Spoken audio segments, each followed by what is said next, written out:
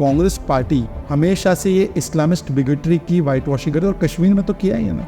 कश्मीर में भी जब जिहाद हुआ और हिंदुओं को एक नहीं 7 बार उनका जेनोसाइड करके वहाँ से निकाला गया, तो कांग्रेस ने रिपोर्ट बनाई कि ये हिंदू माइग्रेशन से वहाँ से हट गए। फेक न्यूज़ वाले को टैकल कीजिए। एक बार फेक न्यूज़ फैलाने वाले को आपने टैकल किया लीगली, तब जाकर वो 10 फेक न्यूज़ रुके। तो अगर आप फेक न्यूज़ फैलाओगे तो आपके ऊपर केस जो बनता है वो किया जाएगा। जब आप डिबेट्स में बैठते हैं, बहुत सारी डिबेट्स में बैठते हैं, आप अपनी टक्कर का कोई लगता है आपको? मेरी टक्कर का तो कोई नहीं लगता मुझे। तो जब आप बैठते हैं डिबेट में, ज़्यादा क्या फील होता है, अथॉरिटी या रिस्पॉन्सिबिलिटी? नहीं, रिस्पॉन्सिबिलिटी, क्योंकि आपके एक स्टेटमेंट का इम्पैक्ट केवल भारत में नहीं पूरी दुनिया में हो सकता है। करेक्ट। अभी आपने शुरुआत में मुझसे राष्ट्रपति शासन के बारे में बोला, तो एक एक्टिविस्ट का जवाब, एक आर्म चेयर क्रिटिक का जवाब और एक पॉलिटिकल स्पोक्सपर्सन का जवाब, ये तीनों अलग होता है। करेक्ट। जनता ने हमें कोई अथॉरिटी नहीं, ये सोच होती थी, इसलिए उन्होंने अपने आप को भारत सरकार, तो आप सरकार हो तो बाकी सारे नौकर हैं, और ये सरकार और नौकर का रिश्ता रहा कांग्रेस के ज़माने में। मेरे तो बच्चे होने नहीं है, मेरी तो शादी होनी नहीं है, तो ऐसा क्यों कहा आपने? मतलब वी आर वेरी, मेरे बच्चे नहीं होंगे और मेरी शादी नहीं होगी, ये दोनों को आपने जोड़ा है। अच्छा, नहीं आपने कंटिन्यूएशन में बोला, पर लोग गलत ना समझ ले। इसका मतलब ये है कि moods of Bharat is reflecting the mood of Bharat. I'm always in a happy mood when I'm talking to moods of. Oh wow, thank you so much. Thank you very much.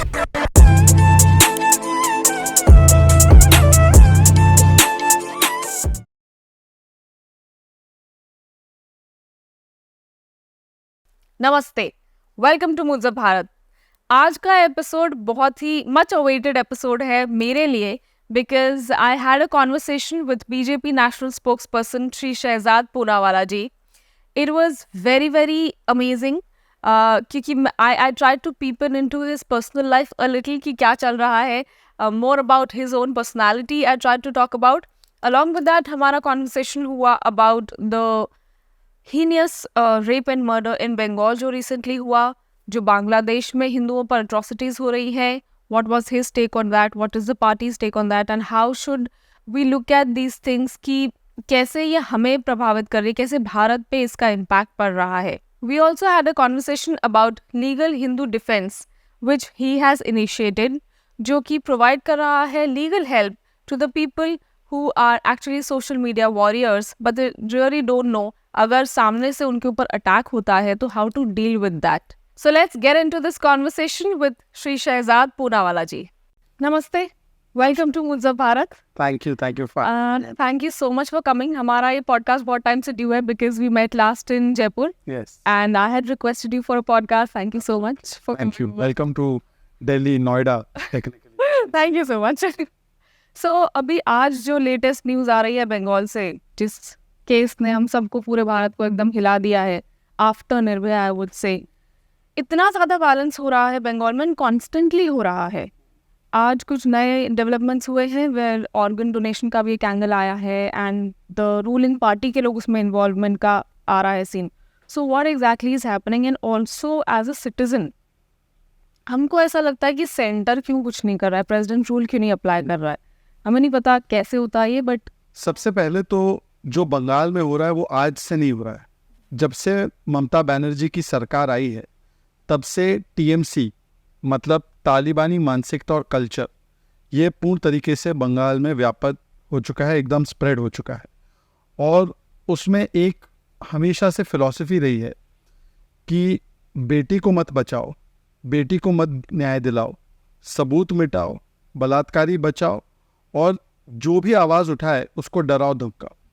और इसीलिए आपने देखा होगा कि पिछले 2 दिनों में जो घटनाक्रम चली है, आपने एक तो ये इतना जघन्य अपराध होने दिया, गवर्नमेंट कॉलेज में ये अपराध होता है, गवर्नमेंट मेडिकल हॉस्पिटल में ये अपराध होता है, उसके बाद सबसे पहले किया जाता है कि इसको सुसाइड का रूप दे दो।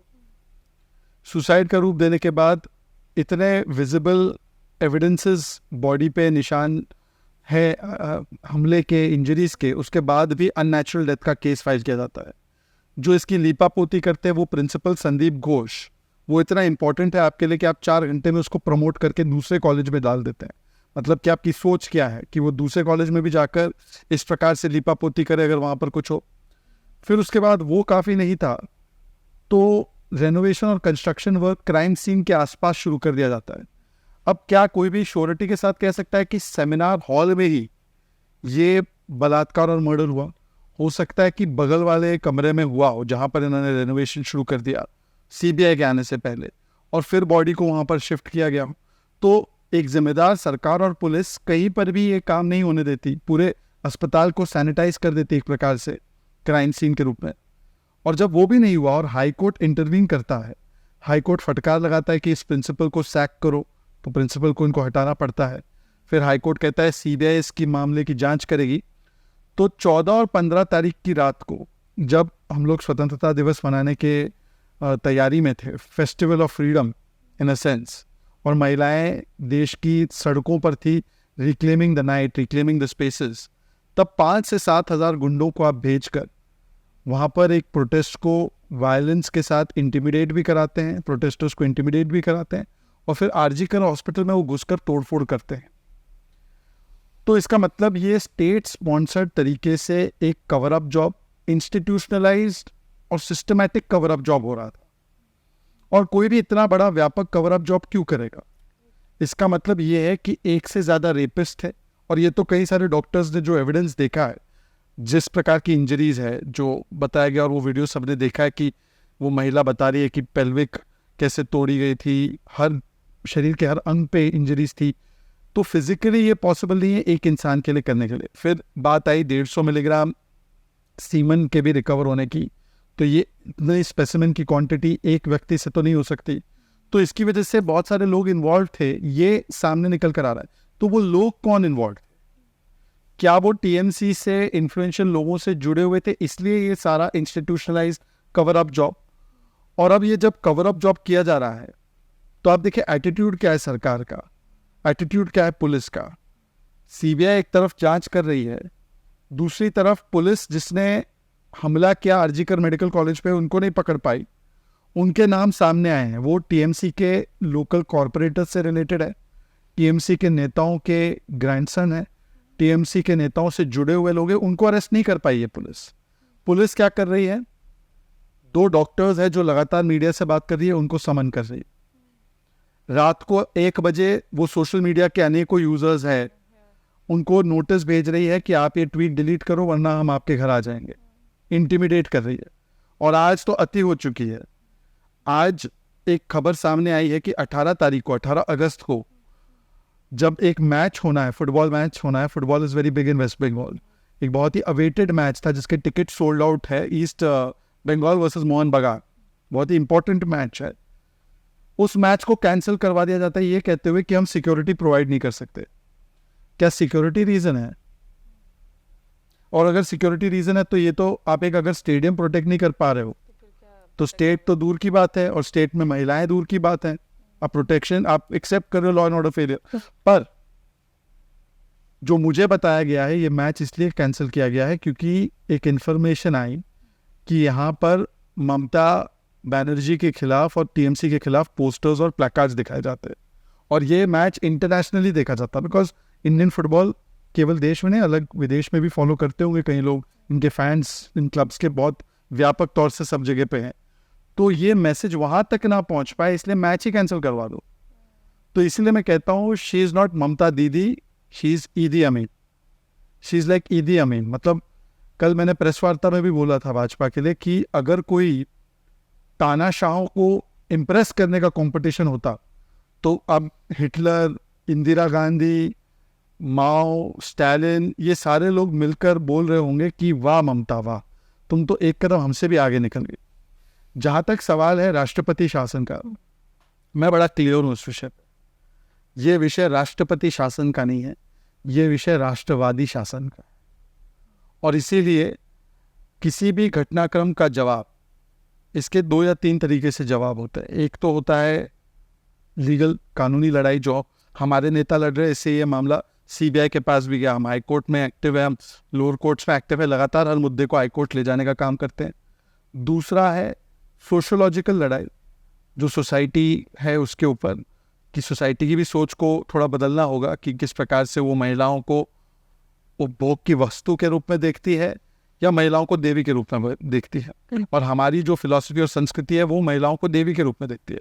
हम महिलाओं के साथ कॉन्ट्रैक्ट नहीं करते, हम महिलाओं के साथ जो हमारे रिश्ते होते हैं जन्मों के रिश्ते होते हैं। तो ये अंतर सोच का क्यों चेंज हो रहा है, चेंज सोच हो रही है, उसके ऊपर एक सोशल और समाज की लड़ाई है।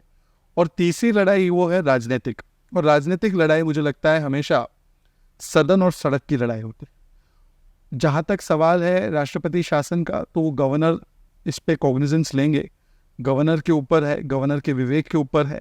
ये गवर्नर के डिस्क्रिशनरी पावर्स में आता है, जहाँ पर उनको लगता है कि किसी भी सरकार की कंटिन्यूएशन संवैधानिक तौर पर नहीं हो सकती, तब वो एक रिपोर्ट देते हैं और ये सारी चीज़ें सुप्रीम कोर्ट के जुडिशियल रिव्यू के देखरेख में और फिर पार्लियामेंट्री एसेंट के लिए जाती है। तो ऐसा नहीं है कि कोई भी एक अगर एग्जीक्यूटिव ऑर्डर से 356 लागू हो सकता है। ऐसे इंदिरा गांधी और नेहरू जी करते थे, इसीलिए कोर्ट ने इसमें इंटरवीन किया और उस पर एक रोक लगाई, क्योंकि इसका गलत इस्तेमाल भी उनकी सरकारों ने किया।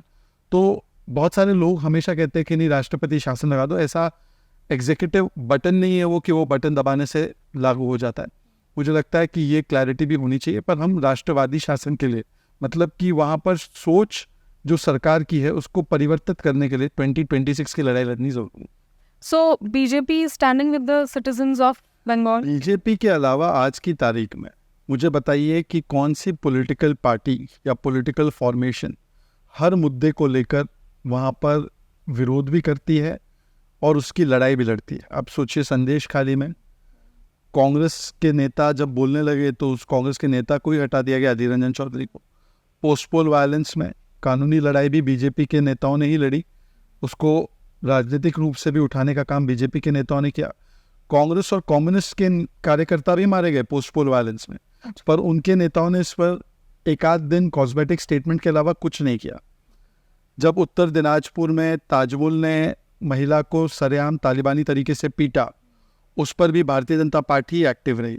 और आज भी जब ये जो बर्बरता हुई है हमारी बेटी के साथ, ट्रेनी डॉक्टर के साथ, तो उस विषय पर और उस बीच में और भी 2-3 घटनाएं हुई हैं। एक 22 साल की बेटी आदिवासी समाज से संभवतः बर्दवान में उसके गला काट के उसके साथ क्या किया होगा पता नहीं, पर उसके शव को बरामद किया गया है, खून से भरे शव को। तो उसकी भी लड़ाई लड़ने का काम भाजपा ही कर रही है। और लगातार वहाँ पर देखिए, चाहे तृणमूल हो, चाहे कम्युनिस्ट हो, चाहे कांग्रेस हो, ये तीनों एक ही वायरस के 3 अलग अलग वेरिएंट्स हैं। ये तीनों अलग कुछ ऑफर नहीं करते। कम्युनिस्ट ने 34 वर्ष यही खूनी खेल खेला था बंगाल में, और उनके इस खूनी खेल से त्रस्त होकर ही 2011 में परिवर्तन के नाम पर ममता बनर्जी को लाया गया। पर जब से ममता बनर्जी आई है वो और भी क्रूर चेहरा, जैसे कहते हैं ना, और भी डेंजरस वेरिएंट आ जाता है किसी वायरस का। तो मैं किसी को डायरेक्टली वायरस नहीं कह रहा हूँ, परंतु वो और भी डेंजरस वेरिएंट है लेफ्ट की। जो लेफ्ट ने 34 साल में किया, उन्होंने 10, 11, 12 सालों में, 13 सालों में कर दिया। और कांग्रेस पार्टी उससे पहले थी, लेफ्ट से पहले। और कांग्रेस पार्टी का अलायंस कंपल्शन ऐसा है कि उनके एकाध नेता अगर अधीर रंजन चौधरी स्पाइन दिखाते हुए कुछ बोल भी देते तो उनको तुरंत हटा दिया गया। और ये जो राहुल गांधी है, वैसे राहुल गांधी ने हाथरस में कितनी आगे जाके बातें रखी थी। उन्होंने कहा मैं हाथरस जाऊंगा, कोई दुनिया की ताकत नहीं रोक सकती। 14 और 15 तारीख को जो घटनाक्रम हुआ जिसमें कि पीटा गया, लोगों को इंटिमिडेट किया गया, वो प्रोटेस्टर्स को, पीसफुल प्रोटेस्टर्स को अटैक करने का काम, षड्यंत्र जो है टीएमसी के लोगों ने रचा, वो सामने आ चुका है। राहुल गांधी ने एक भी वाक्य इस पर कहा है। राहुल गांधी पीड़िता के परिवार से मिलेंगे। एक कोटे का ट्वीट होता है ना कि कोटा पूरा करना है, तो कोटा पूरा करने के लिए एक ट्वीट कर दिया, उसके बाद कुछ नहीं। प्रियंका वाड्रा, लड़की हूँ लड़ सकती हूँ, पर बंगाल में ये नहीं लागू होता। प्रियंका चतुर्वेदी हर रोज दिन में 2 बाइट देती हैं। पर इंडिया लाइन से किसी का भी इंडिया लाइन से किसी ने नहीं, ना संदेश खाली पर। क्योंकि ये ऐसा है कि कन्नौज में समाजवादी पार्टी का नेता बच्ची का बलात्कार करता है तो कोलकाता वाले चुप। कोलकाता में ये जघन्य अपराध होता है और ऑपरेशन कवर अप चल रहा है तो कन्नौज वाले चुप। तो कोलकाता टू कन्नौज, क्राइम करने वालों को बचाओ, ये इंडिया अलायंस का convenient collision of silence, collision of selective outreach. तो ये कोलकाता पे दीदी के ऊपर नहीं बोलेंगे और वो कन्नौज पे दीदी इनके ऊपर नहीं बोलेगी। अखिलेश यादव पूरे चुनाव में पीडीए करते रहे। इनके एक 65 साल के बुड्ढे ने, मोहित खान ने, एक 12 साल की बच्ची का रेप किया और वीडियो बनाया। आज तक मोहित खान उनकी पार्टी में बना हुआ है और इनके नेताओं ने कहा बेटी का नार्को टेस्ट कराओ, बेटी का डीएनए टेस्ट कराओ। जूही सिंह ने एक और मामले में कहा 15 साल की बच्ची क्या जॉब ढूंढने आ गई। ये नेताओं के बयान है। तो हर जगह आप देखिए इनका टेम्पलेट भी तो सेम है। इंडिया अलायंस का पूरा टेम्पलेट अगर आप देखेंगे तो ये बलात्कारियों को बचाते हैं, बेटी पर सवाल उठाते हैं। श्रीनिवास यूथ कांग्रेस के अध्यक्ष पे जब आरोप लगे अंकिता दत्ता के द्वारा, तो श्रीनिवास के ऊपर कोई जांच नहीं हुई, अंकिता दत्ता को पार्टी से निकाल दिया। अभी 2 दिन पहले कांग्रेस के एक यूपी के कार्यकर्ता ने लेटर लिखा है और वो लेटर काफ़ी वायरल हो चुका है और उसने आरोप लगाया है कि यूपी कांग्रेस में वैसे पद वगैरह बेचे जा रहे हैं और जो प्रियंका गांधी का सचिव है, निजी सचिव है, शायद संदीप है उसका नाम, वो व्यक्ति महिलाओं को पद की लालच में होटल बुलाता है। वो लेटर है मेरे पास। तो उस पर कांग्रेस की क्या प्रतिक्रिया है जब उनकी पार्टी में इस प्रकार की चीजें हो रही है और पहली बार नहीं अनेकों बार हुई हैं। तो कांग्रेस पार्टी भी पीड़िता के साथ नहीं अपराधी के साथ खड़ी होती है, समाजवादी पार्टी भी, तृणमूल कांग्रेस भी। तो ये तीनों का कल्चर भी एक ही है। तो मुझे लगता है इसीलिए ये लोग एक दूसरे के खिलाफ कुछ बोलते नहीं है। और भाजपा एक अलग पार्टी है जिसमें कि भाजपा इनके ऊपर स्टैंड लेते हैं। और मैं आपको दोनों के बीच का अंतर भी बताता हूँ, क्योंकि लोग हमेशा डिबेट में बोलते हैं अरे भाजपा देखिए उन्होंने इस रेप में क्या किया, उन्नाव में क्या किया, ब्रिजभूषण पर क्या किया। तो मैं इसको एड्रेस करना चाहता हूँ। आप भाजपा और इनका अंतर देखिए। 3-4 घटनाएं लेते हैं और उसको स्पेसिफिकली एड्रेस करते हैं। कठुआ रेप केस, 8 साल की बच्ची के साथ बलात्कार, वो रेपिस्ट पकड़े गए। रेपिस्ट के समर्थन में एक व्यक्ति ने प्रोटेस्ट किया था, समर्थन में, उसका नाम था लाल सिंह। लाल सिंह हमारे यहाँ मंत्री था। बीजेपी ने लाल सिंह को मंत्री पद से हटाकर पार्टी से बाहर निकाला। ठीक है, ये 2018 की बात। कांग्रेस ने उसी लाल सिंह को बुलाकर टिकट दिया इस बार के चुनाव का, प्रियंका वाड्रा ने। मैं अपना आईपैड नहीं लेकर आया हूं, मैं आपको तस्वीर दिखा दूँ। दूसरा केस उन्नाव में कुलदीप सेंगर इन्वॉल्व। कुलदीप सेंगर के ऊपर केस चला, 2 साल के भीतर कन्विक्शन हुई। किसी ने भी बेटी के चरित्र पर सवाल नहीं उठाया और उसको पार्टी से बाहर निकाला गया। एमएलए था तब भी उसके ऊपर कार्रवाई हुई। एक आध कोई स्टेटमेंट आप हमसे जोड़ेंगे, वो हमारी पार्टी ने कार्रवाई की। यहाँ पर आप देख लीजिए मोहित खान का केस, 12 साल की बच्ची को बोला जा रहा है नार्को टेस्ट तुम दो, और मोहित खान अभी भी पार्टी में है। यह अयोध्या वाला मामला है। कन्नौज वाले मामले में भी नवाब यादव से इन्होंने हाथ पीछे कर लिया, वजह से नेता उन्हीं का है वो। और जूही सिंह ने आकर बयान दिया बेटी का नार्को टेस्ट करूं। ब्रिजभूषण के मामले में, ब्रिजभूषण पर एक नहीं 4 कार्रवाइयां। Supreme court monitored police probe हुआ, टिकट काटा गया उनको, राजनीतिक रूप से उनको टिकट नहीं मिला। अब वो बोलेंगे कि बेटे को टिकट मिला तो लालू जी के बेटे भी चुनाव लड़ते, लालू जी कन्विक्टेड है। राहुल जी और सोनिया जी पर तो स्वयं केस है। अगर ये लॉजिक है कि केस है तो नहीं लड़ना चाहिए, तो फिर आप पहले मत लड़िए। दूसरी कार्रवाई हुई कि उनको टिकट नहीं मिला। तीसरी कार्रवाई हुई रेसलिंग फेडरेशन को भंग कर दिया गया। और चौथी कार्रवाई इंडियन ओलंपिक एसोसिएशन। 4 कार्रवाई हुई। आपने क्या कार्रवाई की मोहित खान पे, आपने क्या कार्रवाई की श्रीनिवास पर, आपने क्या कार्रवाई की है वो प्रियंका वाड्रा के निजी सचिव पर, सोनिया गांधी के निजी सचिव पर भी रेप का आरोप लगा है, उस पर क्या कार्रवाई की है? तो कुछ कार्रवाई नहीं। अपने यहाँ पर जो है बलात्कारियों को एकदम सम्मानित करके बैठाना है, पर दूसरों को पाठ पढ़ाना है लड़कियों लड़ सकती का। नेहा हिरेमत का केस हुआ कर्नाटका में, सरेआम दिन दहाड़े मारी गई, और वो नेहा हिरेमत कांग्रेस के नेता की बेटी। एक बार राहुल गांधी उनके परिवार से मिलने गए। तो मैंने आपको कई एग्जाम्पल्स दिया। और मणिपुर की भी घटनाक्रम, मणिपुर में जो हुआ वो जघन्य अपराध था। मणिपुर पर चर्चा पार्लियामेंट में हुई, मोदी जी बोले, अमित शाह जी बोले, ये लोग भाग गए। ये लोग कह रहे थे मणिपुर मणिपुर मणिपुर मणिपुर। दिल्ली का सर्विसेज बिल का विषय आया तो मणिपुर भूल गए, क्योंकि दिल्ली सर्विसेज बिल पर आम आदमी पार्टी के साथ अलायंस करना था, तो चर्चा में बैठ गए। आप मणिपुर पर कमिटेड थे। ये बोलते हैं मणिपुर में आपने बीरेन्द्र सिंह को हटाया नहीं। मणिपुर की सरकार के खिलाफ इनका जो आक्रोश था, केंद्र में ये नो कॉन्फिडेंस मोशन लेकर आए मोदी जी के खिलाफ, जो वो हार गए, जिसमें वो मणिपुर की बात सुनने से पहले हट गए। पर आज तक कांग्रेस पार्टी ने हमारी वहां पे मणिपुर की विधानसभा में बीरेन्द्र सिंह के खिलाफ नो कॉन्फिडेंस मोशन क्यों नहीं लाया है? वहां पर नहीं करना है, वहां पर राजनीति करनी है अलग लेवल की। मणिपुर में मणिपुर की बात नहीं करनी है, मणिपुर की बात दिल्ली में लाकर एम्पलीफाई करना है एक माहौल बनाने के लिए। आप मणिपुर पर कमिटेड है, एक बार लेते हो आप इस्तीफा, बोलते हो वहां पे कि हम नो कॉन्फिडेंस मोशन मूव कर रहे, क्यों नहीं कर? क्योंकि मणिपुर या महिलाओं का विषय बहाना है, राजनीति चमकाना है। राजस्थान में नंबर 1 हो गया था राजस्थान बलात्कार में, शांति धारीवाल, जिसने कहा मर्दों का प्रदेश है इसीलिए मर्दों के प्रदेश में रेप तो होंगे, उसको टिकट देने का काम सोनिया जी ने किया। राजेंद्र गुड़ा इनके एक मंत्री थे, उन्होंने बलात्कार के विषय में असेंबली में बोलना चाहा तो उनको मंत्री पद से हटाकर घूसे लात मार के असेंबली से बाहर कर दिया, राजस्थान में, आपको याद होगा। नई बात हुई। और अशोक गहलोत कहते हैं 45% रेप केसेस आर फेक। आप तो राजस्थान से हो, आपको पता है ये, वो सारे स्टेटमेंट आपको मुंह जुबानी याद है। तो ये इन दोनों का अंतर है, बीजेपी और कांग्रेस का अंतर है महिलाओं के विषय को लेकर। एक और जो बहुत ज़्यादा अभी भी चल रही है violence is the Bangladesh thing, जो बांग्लादेश में हिंदुओं के ऊपर हो रहे हैं अट्रॉसिटीज़। सो यहाँ पे कांग्रेस के नेता उसमें दे रहे हैं स्टेटमेंट कि यहाँ पर भी ऐसा कुछ हो सकता है। तो what are they trying to do, मतलब बजाय इसके कि बांग्लादेश के हिंदुओं के लिए वो कुछ ऐसे स्टेटमेंट्स या कुछ करने की कोशिश करें, वो यहाँ पर इस तरह के थ्रेटनिंग स्टेटमेंट्स देकर क्या करना चाहते हैं? सबसे पहले तो ये देखिए कि जिन लोगों को all eyes on Gaza and Rafah, मतलब 4000 किलोमीटर दूर उनको प्रताड़ित मुसलमान दिख गए, उनको 400 किलोमीटर दूर प्रताड़ित हिंदू नहीं दिख रहे। क्योंकि कांग्रेस पार्टी और कांग्रेस की जैसी जो पार्टियां इंडिया अलायंस की, उनका हमेशा से एक कल्चर ये रहा है white washing of Islamist bigotry.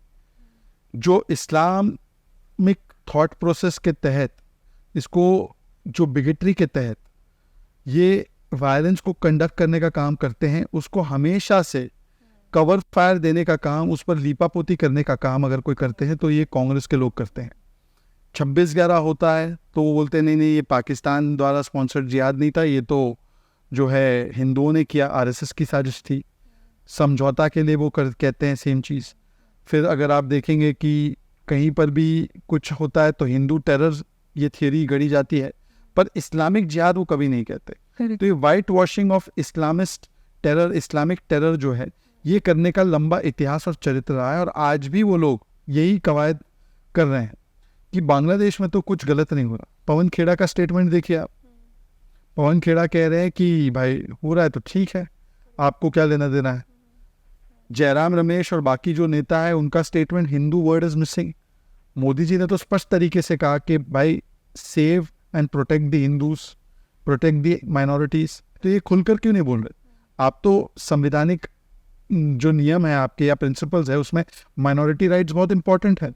तो माइनॉरिटी राइट्स की बात करने वाले सो कॉल्ड प्रोग्रेसिव और लिबरल लोग वहाँ पर माइनॉरिटी राइट्स की बात नहीं करना चाहते, क्योंकि उनको लगता है कि अगर मैंने ये बात की तो सवाल सेकंड ये आएगा कि खतरा किससे है हिंदुओं को, वहाँ के हिंदुओं को खतरा किससे है।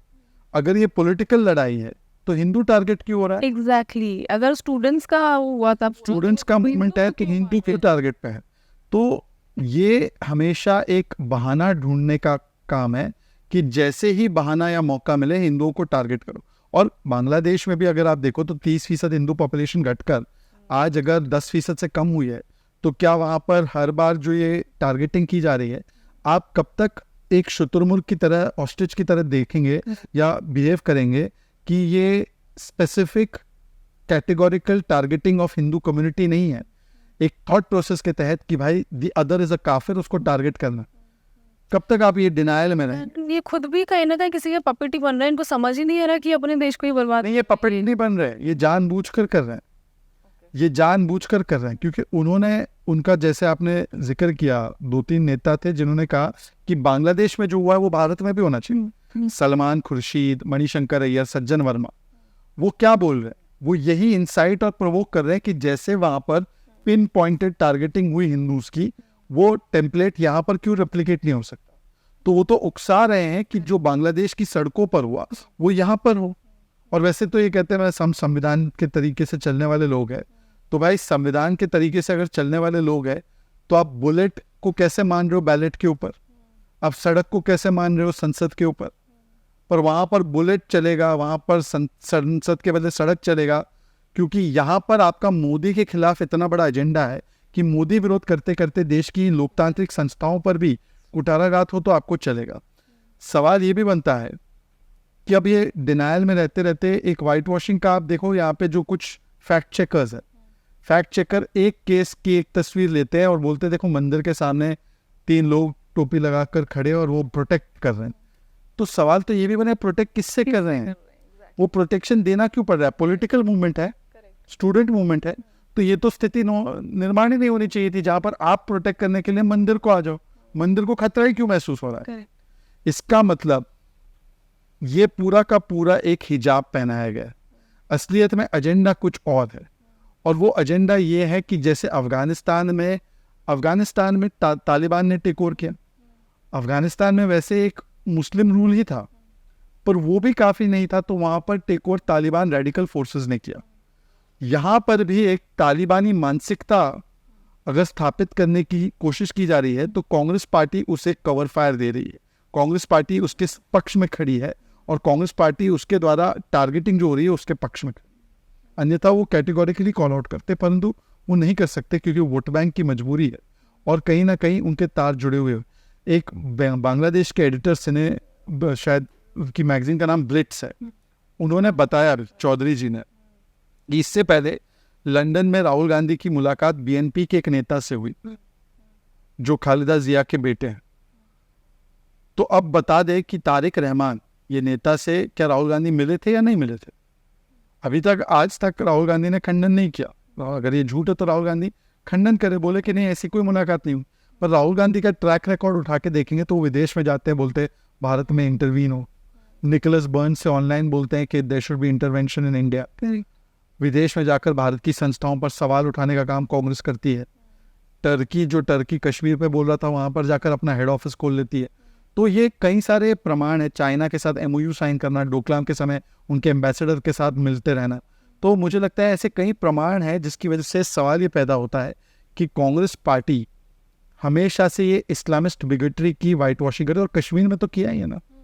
कश्मीर में भी जब जिहाद हुआ और हिंदुओं को एक नहीं 7 बार उनका जेनोसाइड करके वहाँ से निकाला गया, तो कांग्रेस ने रिपोर्ट बनाई कि ये हिंदू माइग्रेशन से वहाँ से हट गए। माइग्रेशन करना था हिंदुओं को, तो हिंदुओं के जेनोसाइड को माइग्रेशन बोलना। और उनके लिए जो कमिटी बनाई यूपीए के सरकार में, उसमें यासीन मलिक को रखा था।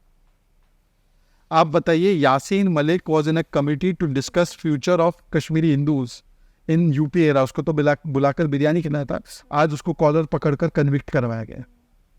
तो कांग्रेस पार्टी किस हद तक जा सकती है इस्लामिक वाइट वॉश बिगेटरी के वाइट वॉशिंग के लिए, इस्लामिक टेरर के वाइट वॉशिंग के लिए, ये आपको कई सारे प्रमाण दिखाई देंगे। और एक मुझे ये चीज़ आपसे जाननी है कि आई तो इनकी 99 सीट्स ही थी, ये इतने खुश क्यों हो गए थे? इनको क्या लग रहा था ये खत्म हो जाएंगे जो 99 सीट्स आने पे दे वर सो हैप्पी अबाउट इट? देखिए, ये तो उनको पता है कि तीसरी बार राहुल गांधी फेल हुआ है। अब अगर कोई भी नॉर्मल पॉलिटिकल पार्टी होती, इनको क्योंकि यूके बड़ा अच्छा लगता है, यूके जाके प्लॉटिंग भी करते हैं, वहाँ पे मदद भी मांगते हैं, तो यूके का ही एग्जाम्पल लेते हैं।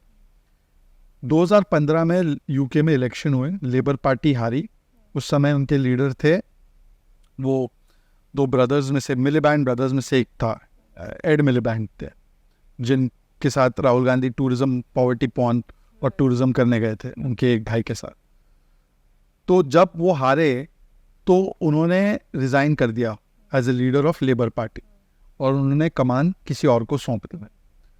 2019 में फिर से चुनाव हुए वहाँ पर, और उन चुनाव में 2019-20 में जेरेमी कॉर्बिन के नेतृत्व में लेबर पार्टी हारी।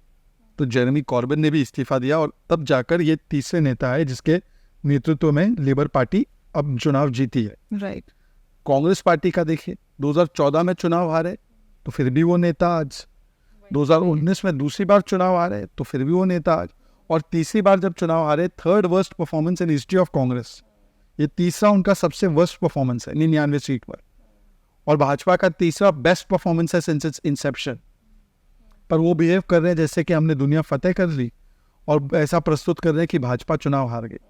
तो मुझे लगता है कि ये केवल और केवल अपनी नाकामियों को छिपाने के लिए, और एक लीडर जो लगातार फेल हो रहा है उसके ऊपर कोई सवाल ना है, इसलिए उसकी पूरी जो जमात है वो अति उत्साहित है और वो प्रस्तुत कर रही है कि 99 means victory for Congress party and India alliance. पूरी इंडिया अलायंस मिलाने के बाद वो बीजेपी से कम, सिर्फ बीजेपी से।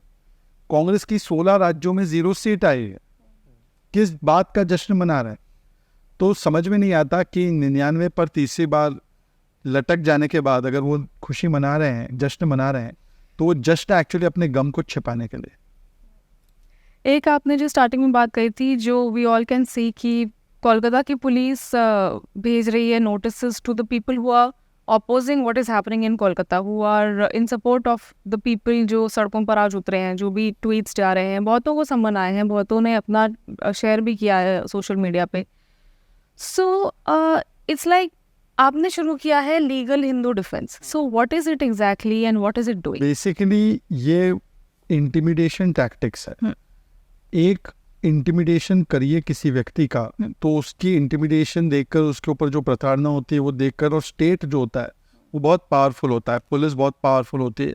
आपको कोर्ट जाना पड़ता है, कोर्ट जाने के लिए वकील करना पड़ता है, वकील करने के लिए खर्चा आता है, उसको फिर पहले लेवल पे अगर नहीं मिलती है राहत, अमन लोअर कोर्ट जो होती है वो सरकार के खिलाफ या पुलिस के खिलाफ इन विषयों पर फ्री एंड फेयर तरीके से बोलने में हो सकता है कभी कतराए, तो फिर हाई कोर्ट जाना पड़ता है, हाई कोर्ट से राहत मिले उसमें समय भी लग सकता है, तो तब तक आप प्रोसेस में आपको पनिशमेंट मिल जाती है। तो बेसिकली एक चिलिंग इफेक्ट आया किसी के भी बोलने पर, इसीलिए ये नोटिस भेजी जा रही है, इसीलिए ट्रांसफ़र किया जा रहा है। एक नोटिस भेजो तो 10 लोग देखते हैं, और जो वो व्यक्ति भी है वो भी कतराता है कि मैं आगे ट्वीट करूँ ना करूँ। तो बेसिकली ये साइलेंस करने के लिए, ये आवाज़ बंद करने के लिए, ये मुंह बंद करने का एक तरीका है। This is a kind of a threat that is issued. तो ये करते हैं जब, तब इसके खिलाफ हमारे जो सोशल मीडिया के जो राइट विंग में वॉरियर्स हैं, उनके पास, सबके पास ये वेयरविथॉल नहीं होती कि इसके खिलाफ लड़े, और इसीलिए ज़रूरी है कि उनके लिए कम से कम हम लोग, हमारी ही जो एक विचारधारा है वहाँ से कुछ ऐसे लीगल रिसोर्सेज तैयार करके रखें कि जब भी किसी के ऊपर कोई गलत केस, कोई इंटिमिडेशन, कोई थ्रेट स्टेट की तरफ से, पुलिस की तरफ से, purely out of vendetta politics आता है, तो लीगल हिंदू डिफेंस का एक काम यह है कि ऐसे केसेस में उनके लिए न केवल पब्लिक में पैरवी करे, परंतु लीगली भी पैरवी करने के लिए कुछ लोगों को इकट्ठा करे, ताकि उनको एक डिफेंस दिया जा सके without causing them much harm. वरना उनकी व्यथा देखकर बाकी 15 लोग, 20 लोग, 40 लोग, 50 लोग जो निराश हो जाएंगे, तो फिर वो ज़्यादा नुकसान होगा। तो उनको जब बल मिलता है कि नहीं LHD मेरे साथ खड़ा है, तो वो 50 लोग और भी देखते हैं, और उनके साथ एक मानसिक रूप से एक श्योरिटी रहती है कि नहीं, हमको अपनी बात उठानी चाहिए, आवाज़ उठानी चाहिए, क्योंकि हमारे साथ लीगल हिंदू डिफेंस खड़ा है। दूसरा एक गोल ये है कि अब क्या हो रहा है कि जो बेगुनाह है, जो इनोसेंट है, ये जो जिन लोगों को भी डॉक्टर्स को और यूजर्स को नोटिस मिला, उन्होंने कुछ गलत नहीं किया, उन्होंने केवल केस की डिटेल्स जो है वो सोशल मीडिया पे डाली। वी आर ए डेमोक्रेसी, ये कोई नॉर्थ कोरिया नहीं है और Mamata Banerjee Kim Jong Un नहीं है। पर अगर उनको लगता है कि ये गलत है, तो असलियत में तो जो गलत बोल रहे हैं, कभी हिंदू धर्म के खिलाफ बोलते हैं, गालियां देते हैं, अब्यूज़ करते हैं, और वो जो जहर फैलाने वाले हैंडल्स हैं, जो सनातन की समाप्ति के लिए या सनातन को अपमानित करने के लिए या एंटी हिंदू जो कमेंट्स करते हैं, उनको भी एक प्रकार से चिन्हित करके कानूनी प्रोसेस में अकाउंटेबल बनाने के लिए लीगल हिंदू डिफेंस तैयार किया गया है, ताकि ऐसे जो लोग हैं जिनको लगता है कि वो गाली भी देंगे, अपमानित भी करेंगे, दंगे भड़काएंगे, जहर उगलेंगे, and they can get away with it, क्योंकि कोई कार्रवाई नहीं होती, ऐसे लोगों को लीगली परस्यू करना, किसी को विक्टिमाइज करने की बात नहीं है, पर लीगली परस्यू करना, ताकि उनके ऊपर भी वो लीगल एक्शन हो। क्योंकि उनके स्टेटमेंट का हम देखते हैं नुकसान क्या होता है। एक स्टेटमेंट, एक एडिटेड कटवा वीडियो दंगे भड़काता है और कितने लोग अपनी जान खो लेते हैं। तो उन चीज़ों को भी टैकल करने के लिए लीगल हिंदू डिफेंस को बनाया गया। तो एक तो है डिफेंस करना और एक है ऑफेंस करना। ऑफेंस करना मतलब ऐसे केसेस को, ऐसे सीरियल ऑफेंडर्स को टैकल करना। और फेक न्यूज़ भी आप देखिए कितना फैलाते हैं, इतना फेक न्यूज़ बेशर्मी से फैलाया जाता है। तो ऐसे फेक न्यूज़ को फैलाने के पीछे जो रियल रीज़न वो है कि देयर आर नो कॉस्ट्स, कोई कॉस्ट नहीं है। आप 10 फेक न्यूज़ को दिन भर जाकर फैक्ट चेक करते रहिए, वो फेक न्यूज़ नहीं थमेंगे। फेक न्यूज़ वाले को टैकल कीजिए। एक बार फेक न्यूज़ फैलाने वाले को आपने टैकल किया लीगली, तब जाकर वो 10 फेक न्यूज़ रुकेगा। तो अगर आप फेक न्यूज़ फैलाओगे तो आपके ऊपर केस जो बनता है वो किया जाएगा। एक केस जो बहुत ही इंपॉर्टेंट केस था लीगल हिंदू डिफेंस ने, जिस पे शिकायत की, जिस पे कार्रवाई हुई और अरेस्ट भी हो गया, एक यूट्यूबर, वो अपने यूट्यूब थ्रिल्स के लिए या पता नहीं कोई और भी सिनिस्टर एजेंडा हो सकता है, मैं उसको बोलता हूँ रेल जिहादी, गुलजार शेख। वो गुलजार शेख बड़े टिन के कैंस, बड़े सिलेंडर, साइकिल, ना जाने क्या क्या ट्रैक्स पर रख के ट्रेन डिरेल हो जाए इस मंशा से। तो एक ट्रेन वाले भैया नाम का हैंडल है, बड़ा फेमस हैंडल है, if I am getting it right, उन्होंने ये फ्लैग किया था हमें, हमने तुरंत इस पे कार्रवाई की। हमने रेल मिनिस्टर को बोला, यूपी सरकार को बोला, क्योंकि ये निवासी यूपी का है, और यूपी पुलिस ने उस समय उस पर कार्रवाई की, अरेस्ट किया गया। रेल पुलिस ने भी इस पर कार्रवाई की, तो दोनों तरफ से कार्रवाई हुई। वो अभी जेल में है। पर कितने रेल जिहादी एक्टिव, आप देखिए। अब जो 2 दिन पहले साबरमती ट्रेन की बात आई, वो डिरेल हो गई 22 बोगियाँ, तो उसमें भी पाया गया कि ट्रेन के ट्रैक को सैबोटाज किया गया था। राजस्थान में एक घटना हुई, वहाँ पे भी ट्रेन ट्रैक को सैबोटाज किया गया था। वंदे भारत पर कितनी बार पथराव किया गया है। तो एक कंसर्टेड तरीके से ऐसे लगता है कि ट्रेन ट्रैक्स को डिरेल करो, बिकॉज इतना बड़ा लार्ज नेटवर्क है, इसमें ह्यूमन इंटरवेंशन ख़त्म नहीं किया जा सकता जब तक कि कोई ऐसी टेक्नोलॉजी ना आए जिससे कि पूरे ट्रैक की मॉनिटरिंग रियल टाइम आप लगातार करते रहो। कवच हर जगह अभी तक नहीं हो पाया है, क्योंकि इट्स एन एक्सपेंसिव सिस्टम, वो धीरे धीरे लग रहा है। पर तब तक, जब तक आप ह्यूमन इंटरवेंशन पे डिपेंडेंट है, तब तक कोई आकर एक ट्रेन के ट्रैक को डिरेल करता है, कोई एक ट्रेन के ट्रैक को साबोटाज करता है, कोई ऑब्जेक्ट्स रख रहा है, ये किया जा रहा है। और ऐसा पाया जा रहा है कि जैसे ही ये किया जाता है और ट्रेन डिरेल होती है, विद इन 5 मिनट्स ऑपोजिशन की तरफ से पूरा एक टूल किट रिस्पॉन्स का शुरू हो जाता है, रेल मिनिस्टर रिजाइन। तो ऐसा लगता है कि वो टूल किट के पार्ट का हिस्सा ही है कि पहले ट्रैक्स पर सैबोटाज कराओ और फिर उसको टूल किट के हिस्से के साथ साथ एक पॉलिटिकल एजेंडा बनाओ। इतनी जल्दी? जैसे हिंडनबर्ग की रिपोर्ट, ये हिंडनबर्ग की रिपोर्ट छपी नहीं तो जयराम रमेश का स्टेटमेंट रहा, तो वहां से और यहाँ से जो ताली साइमल्टेनियसली बज रही है, चाहे हिंडनबर्ग के विषय पर हो, चाहे ये रेल की सो कॉल्ड दुर्घटनाओं पर, इसमें क्या कोऑर्डिनेशन है वो भी जानने के लिए ज़रूरी है। तो हमने एक रेल जिहादी को तो पहुंचा दिया उसकी जगह पर ऐसे कितने रेल जिहादी एक्टिव है, खास करके रिमोट एरियाज में, इनको भी ट्रैक करना है। पर it's not possible for just one organisation, इसलिए सभी लोगों को लीगल हिंदू डिफेंस जो करता है वो कोई ऐसे अफलातून काम नहीं कर रहा है। ये केवल अपने राइट्स और अपने अधिकार और अपनी जिम्मेदारी के प्रति जागरूक होने का एक अभियान है। अगर मान लीजिए कि करोड़ों हिंदू ही जागरूक हो जाए और कहे कि नहीं, मैं फेक न्यूज़ को टैकल करूंगा, मैं हेट स्पीच को टैकल करूंगा, मैं इंटिमिडेट नहीं होऊंगा और मैं कास्ट में नहीं डिवाइड होऊंगा, तो बस ये 4 चीज़ अगर कर ले तो यही लीगल हिंदू डिफेंस का काम। And anybody can connect with you, anybody can connect. अगर आपको कनेक्ट नहीं भी करना है तो भी कोई प्रॉब्लम नहीं है, आप केवल आकर देखो। हम ट्यूटोरियल्स डालते रहते हैं कि कैसे फेक न्यूज़ को टैकल करना है, कैसे शिकायत करनी है, आप कैसे हेट स्पीच के लिए केस फाइल कर सकते हैं, आप कैसे एक्टिव हो सकते हैं फेक न्यूज़ को बैक ये करने के लिए, बस्ट करने के लिए, या आप कैसे किसी पे केस जो फैला रहा है ये जहर उस पर कर सकते हैं। आप अगर ऑफिशियली नहीं भी जुड़ना चाहते हैं, मत जुड़िए, हमें संख्या नहीं बनानी, करेक्ट, हमें सोच बढ़ानी, हमें मेंबरशिप नहीं, हमें जो हमारा एक एम है, जो गोल है, मिशन है, वो ज़्यादा से ज़्यादा अकम्प्लिश हो। तो अगर आपको LHD से केवल प्रेरणा लेकर अपना ही ग्रुप शुरू करना है वो भी कीजिए, पर कीजिए क्योंकि ये 4 मकसद जो है वो बहुत ज़रूरी है। और इसमें सबसे मेन तो इम्पोर्टेंट फैक्टर ये है कि हिंदू को याद रखना पड़ेगा कि हिंदू अब जैसे डिवाइड होगा, जितना डिवाइड होगा उतना इस देश को नुकसान होगा। तो हिंदू यूनाइटेड रहेगा तो मुझे लगता है कि सबसे मेन जो बैरियर है, जो सबसे बड़ा सुरक्षा कवच है इस देश के लिए, वो हिंदू यूनिटी है। अनफॉर्चुनेटली ये लोग हिंदुओं को डिवाइड करते हैं और जैसे हिंदू बटा वैसे देश कटा। ये हमेशा याद रखना पड़ेगा। इसके कई उदाहरण हैं। एक तरफ तो वो बाकियों को तो जिहाद के नाम पर इकट्ठा कर रहे हैं और आपको बांट रहे हैं। ओके, बहुत सीरियस हो गया मेरा पॉडकास्ट। सो थोड़ा सा दिल्ली की तरफ लाती हूँ आपको। आपके CM साहब तो जेल में बैठे हैं, क्या हो रहा है दिल्ली की पॉलिटिक्स में, अगले इलेक्शंस में क्या होने वाला है? देखिए, ऐसा है कि अब तो अरविंद केजरीवाल जी, उनको तो सबसे ज़्यादा दुख इस बात का हो गया कि मनीष सिसोदिया भी बाहर आ गए। और मनीष सिसोदिया बाहर आ रहे थे तो उन्होंने आतिशी को बोल दिया कि आतिशी जी आप जाकर फ्लैग होस्टिंग कीजिए। मतलब आप सोचिए वो मनीष सिसोदिया से कितने इनसिक्योर है कि वो तो चाह रहे थे कि मनीष को कोई रोल ना दे। अभी तक उनको डिप्टी सीएम के रूप में फिर से लिया नहीं है, या मनीष में तो बहुत शिक्षा की क्रांति करने का और पता नहीं कौन कौन सी क्रांतियाँ कर रखी है। वैसे शराब क्रांति के लिए ही इनको जेल भेजा गया था और अभी भी दोष मुक्त नहीं हुए हैं। तो ऐसे व्यक्ति को वो मुख्यमंत्री बनाने के लिए तैयार क्यों नहीं?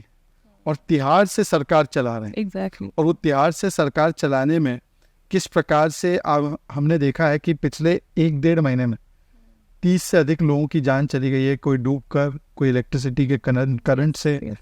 एक आशा किरण नाम के शेल्टर होम में 14 महिलाएं और बच्चे मर गए। कोई बच्चा अपनी माँ के साथ, हाँ, कोचिंग इंस्टीट्यूट राजेंद्र नगर में जो हुआ, डूबकर 3 बच्चे मर गए। उससे पहले पटेल नगर में एक लड़का जो तैयारी कर रहा था, वो वाटर के पेडल में पैर रखता है और उसका कनेक्शन एक बिजली के लटकती हुई तार के साथ था, रॉड गेट के साथ था, जो आयन का गेट था, उसको पकड़ता है तो वहीं पर वो खत्म हुआ। और वो एक लौती ऐसी डेथ नहीं थी। वो डेथ के बारे में मीडिया ने बोला, पर ऐसी ही लगभग 10 डेथ्स हुई। और राजेंद्र नगर की घटना के बाद भी एक बच्चे को करंट लग के, वो बेचारा बच्चा मर गया, क्रिकेट खेल रहा था तो पोल में, क्योंकि तारे लटकती हुई थी, खुली तारे थी, तो उससे मर गया। और ये सारी चीज़ें अरविंद केजरीवाल की सरकार के तहत है। वो इसकी जिम्मेदारी किसी और पे नहीं डाल सकते। कॉरपोरेटर उनके हैं, विधायक उनके, फायर सर्विसेज उनका, इलेक्ट्रिसिटी उनका, जल विभाग उनका, जल बोर्ड उनका, पीडब्ल्यूडी उनका, जिम्मेदारी किसी और की। तो ये जो मॉडल बन चुका है कि मैं विज्ञापन पर जोर, व्यवस्था कमजोर, और कोई आरोप आप पर लगे तो मचाओ शोर, ये जो मॉडल है, ये दिल्ली को इन्होंने बर्बाद कर दिया है। आतिशी जी खुद ही अनशन पर बैठी हो, किसके अगेंस्ट बैठी? तो वो ममता दीदी भी तो अपने ही धरना खुद ही धरने कर। ये तो वही मैं कह रहा हूँ कि ये धरना नहीं, ये दरअसल ड्रामा है। करेक्ट। अपनी जिम्मेदारी का ठीकरा किसी और पर डालना। और इस बार तो जब वो अनशन पे बैठी पानी के लिए, कि पानी नहीं मिल रहा, अनशन पे बैठी, तब तो रागिनी नायक ने ही कहा था, फिर उनको ट्वीट डिलीट करना पड़ा। रागिनी नायक ने वैसे राघव चड्ढा के विंबलडन जाने पर भी ट्वीट किया था, वो भी ट्वीट डिलीट करना पड़ा। पता नहीं क्या कांग्रेस की स्थिति है, एक अजीब सिचुएशनशिप है, उनको समझ नहीं आ रहा कमिट करे ना करे। अब ये है फ्रेंडशिप विद बेनिफिट्स है। अब पता नहीं चल रहा कि इनके साथ करे तो करे क्या। पंजाब में तो खुल के दुश्मनी है, चंडीगढ़ में स्टेटस इज कॉम्प्लिकेटेड, जैसे फेसबुक पे स्टेटस डालते, इट्स कॉम्प्लिकेटेड, क्योंकि वहाँ पे जो सांसद चुने गए वो इनके साथ लेकर चुने गए। और दिल्ली में था निकाह, अब 3 तलाक हो गया, पर 3 तलाक भी हुआ है, पर पता नहीं कब हरियाणा में निकाह हो जाए। अब तक तो तलाक ही चल रहा है, पर पता नहीं कहाँ और कहीं पे गठबंधन करना पड़ जाए तो कभी वो दोष देते हैं और कभी वो दोष वापस ले लेते हैं। तो कॉम्प्लिकेटेड सिचुएशन है। तो यही स्थिति बंगाल में भी कांग्रेस पार्टी की है, यही स्थिति दिल्ली में भी कांग्रेस पार्टी की है। और बंगाल की भी मुख्यमंत्री खुद की सरकार के खिलाफ धरना निकालती है। वो तो कई लोगों ने ट्वीट भी किया कि home minister of Bengal taking out protest against health minister, demanding chief minister sack health minister, but all 3 are same. Atishi ji भी किससे पानी मांग रही है? आप ही की सरकार है, आपका जल बोर्ड है, तो आप बताइए। और फिर 2 दिन बाद उसके डूब रही थी दिल्ली, तो उसके खिलाफ चले, उन्होंने प्रदर्शन नहीं किया, पर उन्होंने जिम्मेदारी भी नहीं उठाई। और वो एक आपराधिक लापरवाही थी। मैं तो कहता हूँ कि it is man made disaster and आप स्पॉन्सर्ड मर्डर है। जो 3 बच्चों की जान गई वो आप स्पॉन्सर्ड मर्डर था, कि आपने एनओसी दिया फायर सर्विसेज ने, वहाँ पे स्टोरेज के लिए लाइब्रेरी चल रहा था, किसी को पता नहीं। और वो इसलिए चल रहा था, अगर आपको याद होगा मैंने एक वीडियो वहाँ से किया था, उसी इलाके के कॉरपोरेटर आरती चावला, वही नाम है उनका, वो अभी तक विदेश में ही है, शायद आई नहीं अभी तक, या विदेश चली गई थी, वो विदेश से आई नहीं जब ये पूरी चीज़ हुई। उन्हीं के रेसिडेंस में इस प्रकार की चीज़ें चल रही थी जो बिना प्रॉपर क्लियरेंसेस के, बहुत छोटे छोटे रूम्स, कुछ छोटे रूम्स, उनको मौत के कमरे, मौत का बेसमेंट, और ये सारे कारोबार में वहाँ के स्थानीय विधायक, स्थानीय कॉर्पोरेटर, स्थानीय एनसीडी के ऑफिशियल्स, ये सब इन्वॉल्व थे। हाईकोर्ट ने बोला, हाईकोर्ट ने फटकार लगाई, फिर उस मामले को भी वैसे हाईकोर्ट ने सीबीआई के पास दिया, पटेल नगर, राजेंद्र नगर की जांच का। तो मुझे लगता है कि दोनों के टेम्पलेट में कितनी समानता है। दोनों अपनी जिम्मेदारी नहीं उठाना चाहते, दोनों किसी और को ब्लेम करते हैं, दोनों अपनी सरकार के खिलाफ धरने पर आ जाते हैं। और यही होता है जब आपके लिए पीपल इम्पोर्टेंट नहीं है, केवल अपना एम्बिशन इम्पोर्टेंट है। और उस एम्बिशन के चक्कर में आप देखिए, मोदी विरोध के चक्कर में देखिए कि किस प्रकार से देश का नुकसान हो रहा है। So this time, the coming up elections next year for Delhi, BJP is looking at Delhi big time, yeah. देखिए, मुझे लगता है कि लोगों ने मन बना लिया है इस बार कि इस बार वो आम आदमी पार्टी को वो मौका नहीं देना चाहते हैं। पिछली बार इनका पूरा इमोशनल कैंपेन था कि केजरीवाल को जेल में भेजने का बदला वोट से लो। इस अपील के बाद जो पार्टी पंजाब और दिल्ली में सत्ता में है, 7 और 13, 20 सीट, उनको 3 सीटें मिली हैं, ओनली 3 सीट्स। वैसे गुजरात में भी लड़े और हरियाणा में भी 1 सीट लड़े, तो कुल मिलाकर अगर आप देखें तो 22-23 सीट में उनको केवल 3 सीट मिली है। इसका मतलब लोगों ने उनको कॉम्प्रिहेंसिवली रिजेक्ट किया है और उन्होंने ये संदेश भी दिया है, इन्होंने केजरीवाल के नाम पे चुनाव लड़ा। पिछली बार भी वो 7 सीट हारे थे, पर पिछली बार उन्होंने इस प्रकार से केजरीवाल को प्रोजेक्ट नहीं किया था एज ए इमोशनल फिगर। वो हमेशा कहते थे विधानसभा में हम जीत जाते हैं, लोकसभा चुनाव तो हमारा कोई स्टेक नहीं। इस बार उन्होंने केजरीवाल को पिच किया था और केजरीवाल के नाम पर और चेहरे पर उनको 0 सीट दिल्ली से मिली। मतलब दिल्ली मॉडल भी रिजेक्ट हो गया और केजरीवाल भी रिजेक्ट हुए। तो इसी को अगर आगे ले जाएंगे तो 2025 फरवरी में निश्चित रूप से परिवर्तन होने वाला है, ये बात अब स्पष्ट है। Great. कुछ पर्सनल क्वेश्चंस आ रहे थे और कुछ lighter conversation. So when you started, आज भी हमारे देश में यही है कि भाई लड़के जो हैं बेचारे वो पहले इंजीनियर बनते हैं, फिर वो कुछ और बनते हैं, सोचते हैं क्या करना है। What made you choose such an unconventional career option? Politics मतलब कैसे चूज करें? मैंने पॉलिटिक्स वैसे चूज नहीं की थी, Okay. पर हमेशा से मेरे मन में पब्लिक स्पेस में और सार्वजनिक रूप से किसी प्रकार से समाज के लिए कुछ काम करने की इच्छा थी, पर कभी क्लैरिटी नहीं थी कि क्या करना है। कई लोगों ने मुझे ये सुझाव दिया था मीडिया में भी जाने का, उस समय मैंने उसको खारिज कर दिया था, सीरियसली नहीं लिया था। फिर मैंने लॉ की पढ़ाई की क्योंकि मुझे लगा कि लॉयर तो नहीं बनना था, ना मैंने एक दिन लॉयर के रूप में कभी प्रैक्टिस किया, ना मैं करना चाहता हूँ, पर मकसद ये था कि उस पढ़ाई और उस जानकारी और उस ज्ञान से लोगों की सेवा की जा सके।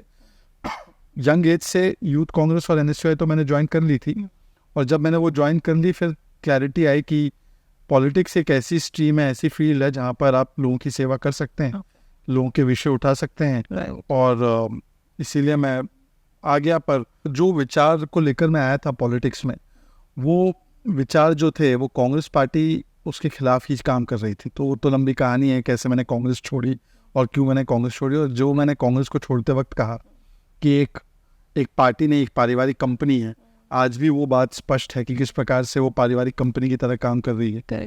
और फिर कई साल मीडिया में भी रहा मैं, तो वो मीडिया वाली जो लोगों की राय होती थी वो भी पूरा हुआ।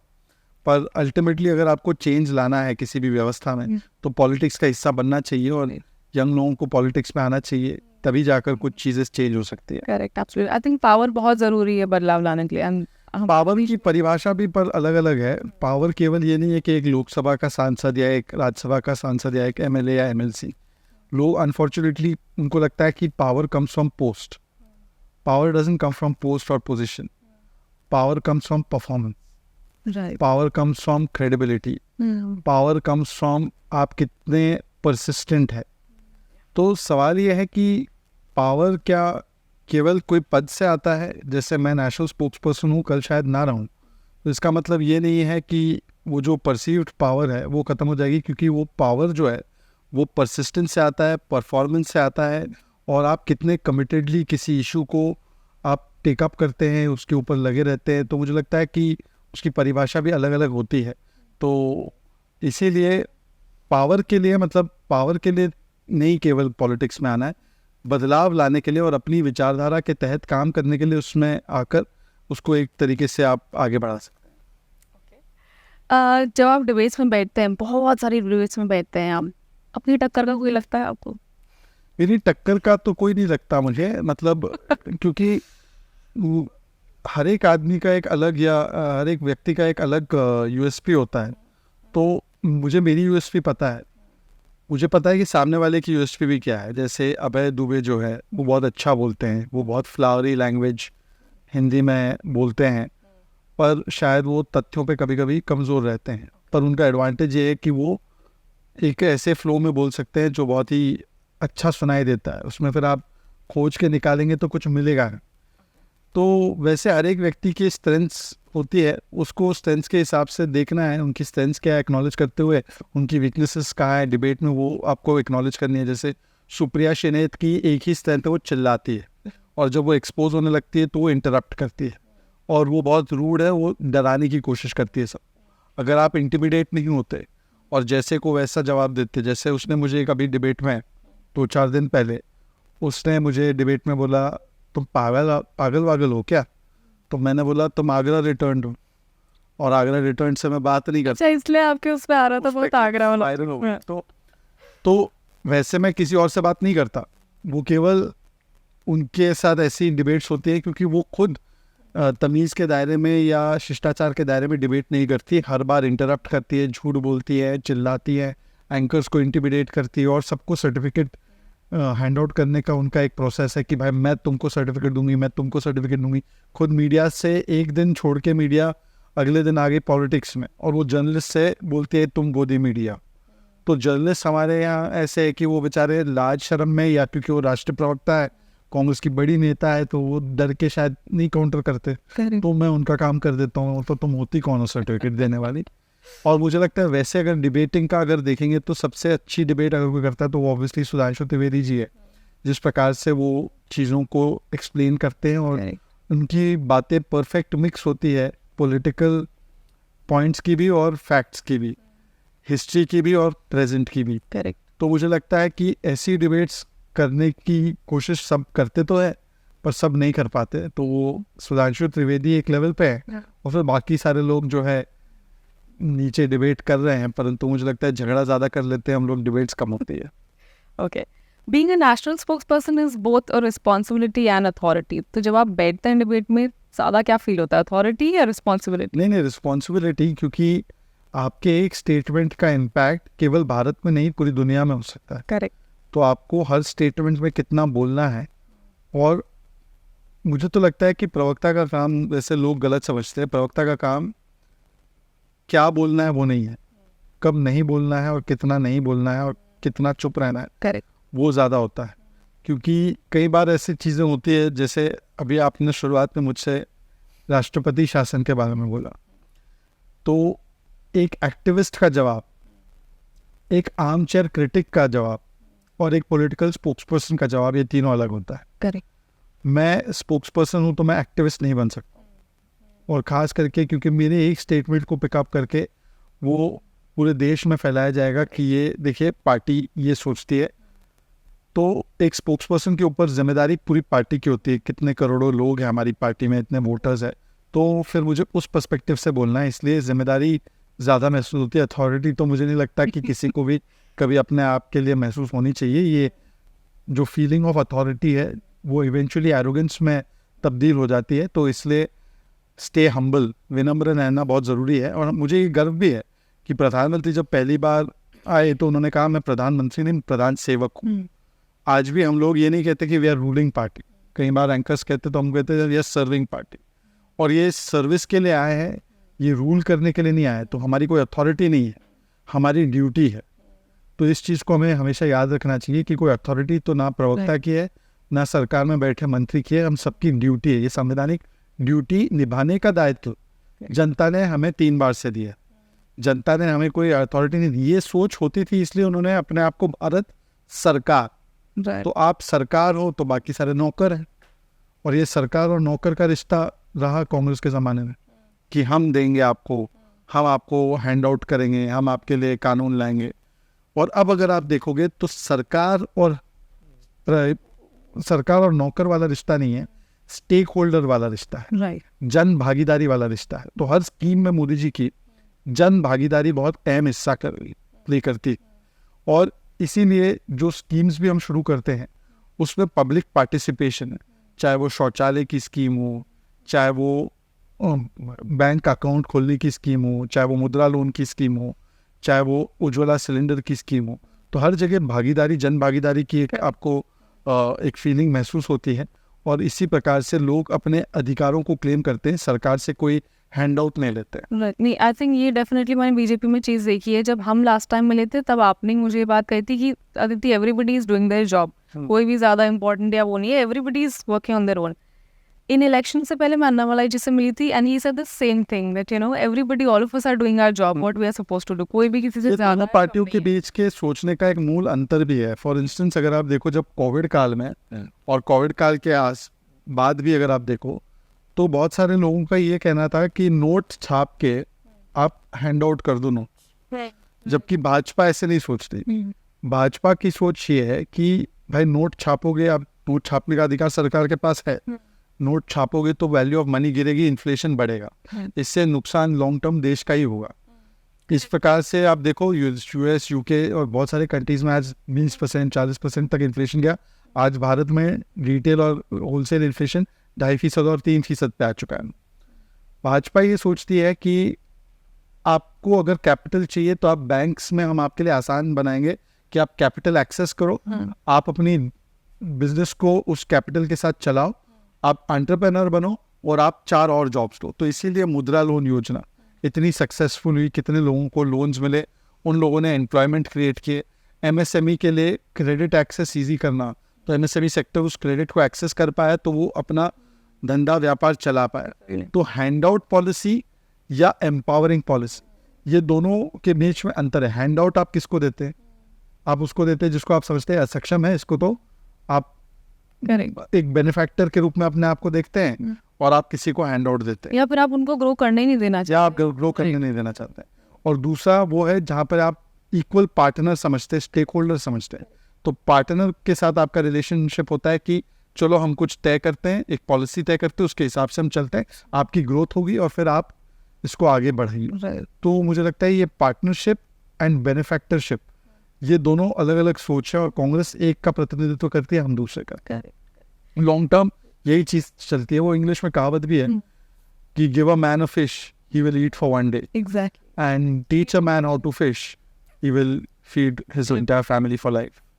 सो before leaving you, letting you go, one last question. आपने ANI वाले पॉडकास्ट में स्मिता जी से उस कॉन्वर्सेशन में कहा था मेरे तो बच्चे होने नहीं है, मेरी तो शादी होनी नहीं है। तो ऐसा क्यों कहा आपने? मतलब वी आर वेरी, मेरे बच्चे नहीं होंगे और मेरी शादी नहीं होगी, ये दोनों को आपने जोड़ा है। अच्छा, नहीं आपने कंटिन्यूएशन में बोला पर लोग गलत ना समझ ले, मैं पहले क्लैरिफाई कर दूं कि there is always an option कि आप अडॉप्ट कर सकते हैं। तो before people jump to the शादी नहीं वो करनी है, वो वाला चीज आई वांट टू बात है कि शादी, देखिए ऐसा है कि गिने चुने तो लोग हैं बैचलर्स हमारे देश में अच्छे, जो एक्चुअली युवा है, वो 50 वाले युवा नहीं, आजकल उनके बारे में पर कई सारे आर्टिकल्स आए कि उनकी शादी हो रखी है। अब उस पर वो क्लैरिफाई करे, उनके वोटर्स को उनसे क्लैरिफिकेशन मांगना चाहिए कि क्या सच्चाई है कि जो वो न्यूज़ आर्टिकल्स छप रहे हैं वो सही है या गलत है। और पब्लिक लाइफ में आप जब रहते हैं तो पूरा डिस्क्लोजर करना चाहिए। एनीवे, पॉइंट ये है कि लोग अक्सर मैरिज को वेडिंग के साथ कंफ्यूज करते हैं। लोग वेडिंग कर लेते हैं, मैरिज बहुत कम होती है। Marriage is a function of compatibility, right. Wedding is something that you do which is a requirement of society. मुझ पे रिक्वायरमेंट नहीं है फॉर्चुनेटली, ना मेरी फैमिली मुझ पे दबाव डालती है। हो सकता है ये जिसको बोलते हैं मेल प्रिविलेज भी है मेरे पास, कि मुझे कोई बोलता भी नहीं है। आई विश सबके साथ ऐसा रहता। और केवल और केवल एक सोसाइटल नीड को फुलफिल करने के लिए करने वाली जो ये चीज़ है वो वेडिंग होती है, जिसमें कि आप साथ आ जाते हैं परंतु साथ में रह नहीं पाते।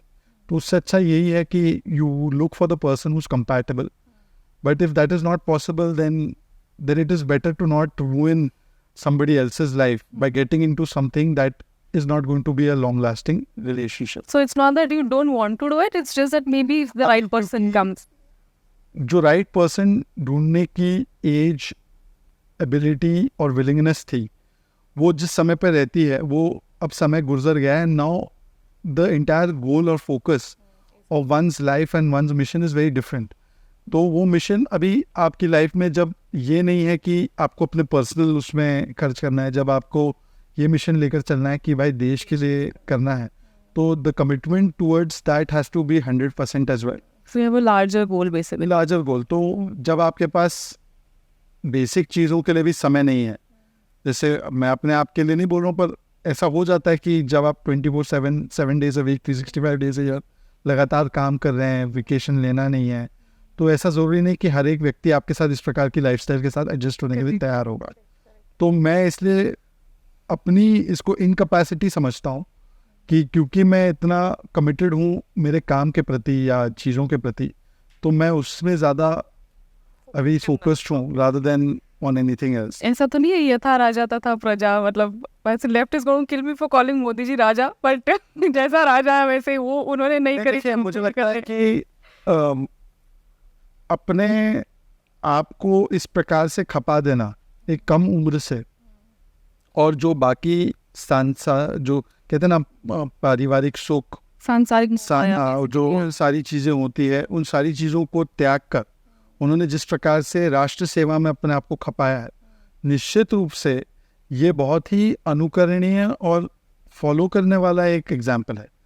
सब इतना कर पाए ये पॉसिबल नहीं है, पर जितना कर सकते हैं मुझे लगता है करना भी चाहिए, क्योंकि हम एक समाज में रहते हैं, एक देश में रहते हैं, और देश के प्रति भी हमारी जिम्मेदारी हमारी सोसाइटी, हमारी लिमिटेड फैमिली के तरफ तो है, हमारी बाकी पर्सनल कमिटमेंट्स के तरफ तो है, पर हम सब इस पूरी सोसाइटी में, समाज में, देश में आए हैं, तो उसके प्रति भी अपनी जिम्मेदारी होती है। तो चाहे मोदी जी हो चाहे योगी जी हो, अब देखिए कि जिस प्रकार से उन दोनों ने हर एक अपने व्यक्तिगत सुख को त्याग कर वो लगातार 24 घंटे राष्ट्र के विकास के लिए और राष्ट्र निर्माण के लिए लगे रहते हैं, तो मुझे तो लगता है मैं उनसे बहुत प्रेरणा लेता हूँ।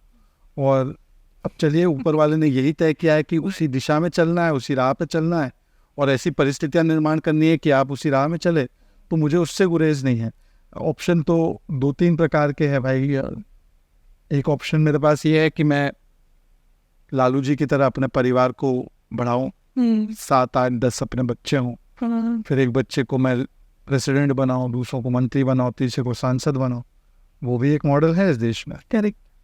और एक मॉडल मोदी जी का है, योगी जी का है कि भाई अपने भाई बहन को भी कहीं इन्होंने आज तक मुझे नहीं लगता ट्रेन की टिकट भी कंफर्म करके दी होगी कि भाई मैं चीफ मिनिस्टर हूँ तो तुम्हारे लिए मैं ट्रेन टिकट कंफर्म कर दूँ। ये भी मुझे नहीं लगता कि ना उनके परिवार ने मांगा होगा, ना इन्होंने अपने पावर से हटके कुछ किया होगा। तो मुझे लगता है कि मेरा परिवार बड़ा खुश होगा कि अगर मैं मोदी जी और योगी जी वाला मॉडल फॉलो करूँ, और ये मुझे लगता है ये मेरे परिवार की ताकत है। वो मुझे कभी नहीं बोलते कि तुम अपने इस पद का इस्तेमाल करके हमारे लिए ये करो। तो ये भी एक मॉडल है। तो देश के बेटा बेटी के लिए काम करना है या अपने बेटा बेटी के लिए काम करना है। और आप देखो अलायंसेस में वही अंतर है। स्टालिन अपने बेटे के लिए, लालू जी अपने बेटे के लिए, मुलायम जी अपने बेटे के लिए, सोनिया जी अपने बेटे के लिए, और यहाँ पर मोदी जी और योगी जी हो तो कोई अपने बेटे को बढ़ाने के लिए नहीं करना। Also I want to take a moment, आपने इसी पॉडकास्ट में बोला था when you had started with ANI, आपने बोला था तब lot of people from the media had supported you, so I want to take a moment and thank you because last time जब हमने किया था we were at 10,000 followers, now we are at 50,000 followers, तब भी आपने support किया। इसमें आपका क्रेडिट ज्यादा है, मेरा क्या क्रेडिट है? डेफिनेटली पीपल लाइक यू वो सपोर्ट, उनके उससे बहुत ज़्यादा बिकॉज चैनल की क्रेडिबिलिटी आती है एंड पीपल सी कि okay you know some big people are talking about this and talking to the channel, so obviously it adds a lot. इसका मतलब ये है कि moods of Bharat is reflecting the mood of Bharat. लोग तभी जुड़ते हैं जब आप उनके मूड, उनके टेम्परामेंट, उनकी बातों को आप आर्टिकुलेट करती हो। तो मुझे लगता है कि वो टेस्टमेंट मेरे या किसी और के इंटरव्यू देने का नहीं, वो आपकी क्षमता पर वो लोगों ने विश्वास जताया है। तो I think kudos to you, kudos to your channel also. Thank you so much. सब लोग ज़्यादा से ज़्यादा सब्सक्राइब करें, शेयर करें, लाइक करें, नोटिफिकेशन बेल भी बजा दें। Thank you. So, great. Thank you so much for your time. Thank you. I hope you had a good time talking. Absolutely. I'm always in a happy mood when I'm talking to Moods of Bharat. Oh wow. Thank you so much. Thank you very much. Thank you for your time and thank you for giving me this platform. Thank you so much. Thank you. Jai Bharat. So that was BJP national spokesperson Shri Shehzad Poonawala ji. It is always a pleasure talking to him because he has so much of information, so much of knowledge and so much of enthusiasm of sharing that information. So thank you for watching this episode. अगर आपको ये podcast पसंद आए हो तो please like, share and subscribe करें, bell icon पर click करें ताकि जब हमारा नेक्स्ट पॉडकास्ट रिलीज हो आपको पता चल जाए। Thank you for watching moods of Bharat. नमस्ते।